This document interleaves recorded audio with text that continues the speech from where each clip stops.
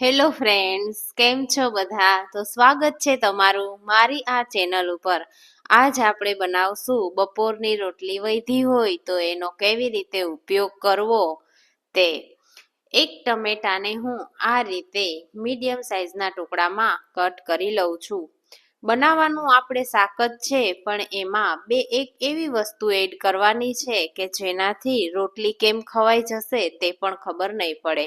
તો આ રીતના મેં ત્રણ ટમેટા સુધારી લીધા છે અને એક અલગ બીજા વાસણમાં હું 2 પાવડા જેટલું તેલ લઈ લઉં છું. તેલ ગરમ થવા માટે રહેવા દીધું છે. તેલ ગરમ થઈ જાય એટલે તેમાં રાઈ અને જીરું બંને ફૂટી જાય એટલી વાર સુધી આપણે રાહ જોવાની છે. રાઈ અને જીરું ફૂટી જાય એટલે તેમાં અડધી ચમચી જેટલી અંદાજે હિંગ નાખી અને એનો આપણે વઘાર કરી લેવાનો છે. તો રાઈ જીરું ફૂટે છે અને ધીમો ગેસ રાખવાનો છે, જેથી બધી જ રાઈ એકદમ ફૂટી જાય એટલી વાર રાહ જોવાની છે. હિંગ અને હળદર નાખી અને ટમેટા વઘારમાં નાખી દેવાના છે. ધીમા ગેસે ટમેટાને ટૂંકમાં સોતે થવા દેવાના છે. ઢાંકણ ઢાંકીને રાખી દેવાના છે. તેલમાં ટમેટા જ્યાં સુધી ચડતા હોય એટલી વારમાં આપણે થોડાક મસાલા કરી લેશું.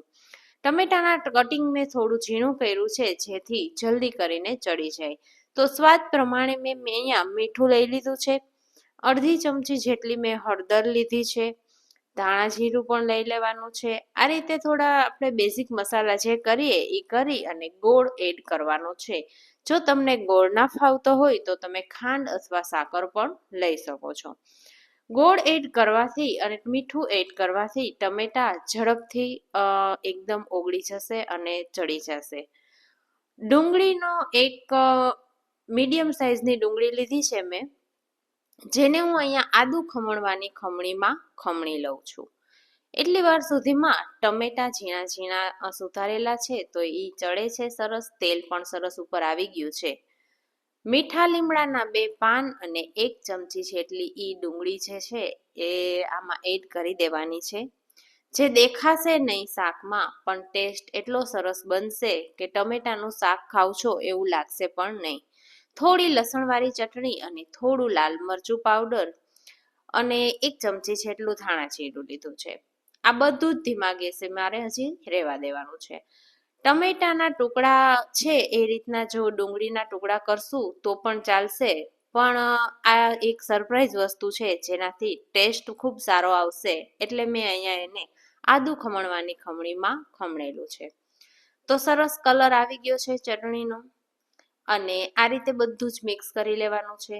ધીમા ગેસે બધું હજી પણ ચડે છે.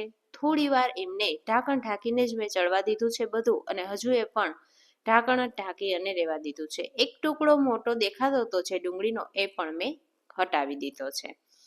થોડી વાર હજી પણ રહેવા દેવાનું છે.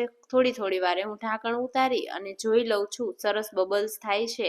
જો તમને વધારે ઘટ કરવું હોય તો વધારે રહેવા દેવાનું અને થોડા ફોડવા દેખાય એ રીતના ફાવે તો એ રીતના રાખવાનું છે.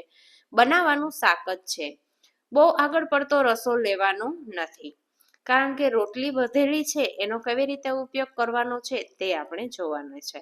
એટલે અહીંયા મેં આટલું ફોડવા ડૂબે એટલું પાણી લીધું છે અને હજુ પણ એ થોડું ઉકળશે એટલે એકદમ ઘટ થઈ જશે અને રસો આગળ પડતો નહીં દેખાય. શાકનો કલર પણ સરસ આવી ગયો છે. મીઠા લીમડાની અને ટમેટાની લસણની ચટણી, ગોળ, આ બધી સ્મેલ પણ સરસ આવે છે. તો ગેસ બંધ કરી દેશું અને એક નોનસ્ટિકની પેન ઉપર હું થોડું તેલ લગાવી દઉં અને જે રોટલી પડી હોય તેને આપણે આ રીતે સરસ ગરમ કરી અને તેલમાં ફ્રાય કરી લેવાની છે. જો શિયાળો હોય તો તેલ આગળ પડતું લેશું તો પણ સારી જ લાગશે. ગોલ્ડન બ્રાઉન ડિઝાઇન થાય ત્યાં સુધી આપણે તેને ગોળ ગોળ તેલમાં જ આ રીતે ફેરવતા રહેવાની છે. ઉપરથી પણ થોડું તેલને હું આ રીતે સ્પ્રાઇડ કરી લઉં છું. રોટલી પણ સરસ ફૂલતી હોય એવું દેખાય છે અને નીચે જોઈ લેવાનું છે. જો ગોલ્ડન ડિઝાઇન થઈ હોય તો તે રોટલીને આપણે ફેરવી લેવાની છે. લોખંડની લોઢીમાં પણ શેકીએ તો પણ ચાલે, પણ આની ડિઝાઇન તમે જોઈ શકો છો, એક જ સરખી આખાઈમાં પડી છે અને કેટલી સરસ ડિઝાઇન થઈ છે તે તમને દેખાય છે. આ રીતે ડિઝાઇન થઈ જાય બંને સાઈડ એટલે રોટલીને આપણે એક ડીશમાં લઈ લેવાની છે. ઉપર આછું એવું મીઠું છાંટી અને રોટલીને આપણે જમવામાં સાથે લેવાની છે. તો આ રીતે મેં 2 રોટલીને ગોલ્ડન બ્રાઉન કલરની ડિઝાઇનમાં લઈ લીધી છે. ટમેટાના શાકમાં તમે સેવ તો ખાતા જ હશો, પણ જરૂરથી એકવાર ટ્રાય કરજો કે તમે તીખા અથવા મોળા ભાવનગરી ગાંઠિયા બેમાંથી જે પણ ફાવે તે આ રીતે જમવા સમયે જ લેવાના છે, અગાઉ લેવાના નથી. અને આ રીતે મસ્ત રીતે લોઢીમાં ફ્રાય કરેલી રોટલીને સાથે સર્વ કરું છું. તો કેવો લાગ્યો તમને મારો video? Thank you for watching.